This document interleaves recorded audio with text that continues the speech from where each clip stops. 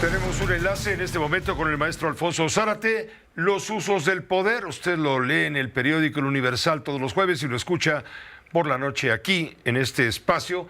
Él es presidente de Grupo Consultor Interdisciplinario, GCI, es una firma especializada en estrategia y comunicación política. Maestro Zárate, bienvenido. Alfonso, gracias por estar con nosotros, sumado a este esfuerzo informativo, viendo lo sucedido en Ecuador y viendo lo que está en proceso político, electoral, entre comillas, en México.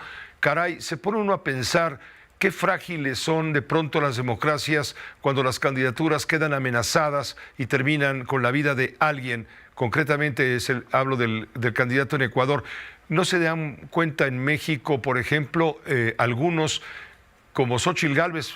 Ella dice, no, yo para qué quiero seguridad, a mí no, nadie me va a hacer nada. Pues, ¿qué tal? ¿Qué te parece, Alfonso? Vale la pena el comentario. Buenas noches. Sí, Pepe, buenas noches. Yo creo, en efecto, que uno de los ingredientes que en ocasiones perturba todo un diseño político es, digamos, el crimen. En el caso mexicano lo experimentamos en 1994, ese año terrible en donde pasaron tantas cosas. Vale la pena, sobre todo para los jóvenes, decirles que hasta la víspera del Año Nuevo de 1994, parecía que el país estaba ingresando al primer mundo. Se acababa de firmar el Tratado de Libre Comercio, que entraría en vigor precisamente el 1 de enero. Y para muchos esa era la señal de que México empezaba a ingresar al primer mundo.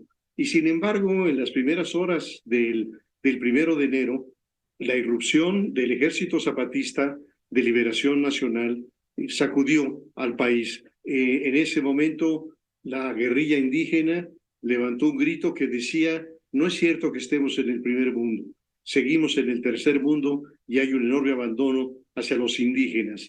Y ese fue, digamos, el primer acontecimiento de lo que habría de ser un año terrible.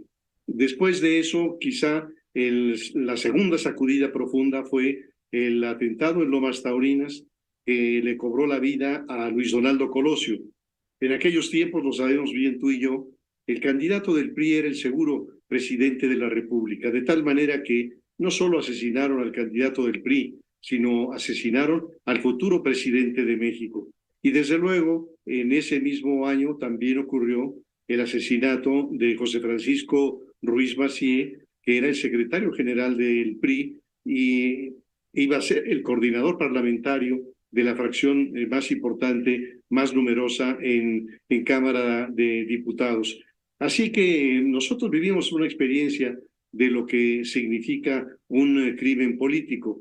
Y desde luego en América Latina, a mí me parece interesante recordar en agosto de 1989 el asesinato del candidato a la presidencia, Luis Carlos Galán, que fue un crimen que sacudió a la sociedad colombiana y que generó secuelas que permanecieron a lo largo de mucho tiempo. De tal forma que hablar de estos hechos de esta semana, de estos días, en un país hermano es una manera de advertirnos, decías tú, la fragilidad de las democracias, la fragilidad de los seres humanos y hasta dónde ha llegado el crimen. Desde luego, lo que hemos vivido en nuestro país en esa materia ha ido increciendo. Es decir, hace muchos años los criminales no solían participar en los procesos electorales, ni siquiera a nivel municipal. Esperaban a que finalmente hubiera una solución, que hubiera una elección, y entonces se acercaban al alcalde para negociar con él el sometimiento, el que les dejara a lo mejor el área de finanzas o el área de personal o el área de seguridad pública, pero lo hacían una vez que el pueblo había decidido quién sería su alcalde. Hoy no, o en los años recientes ya eso no ocurre.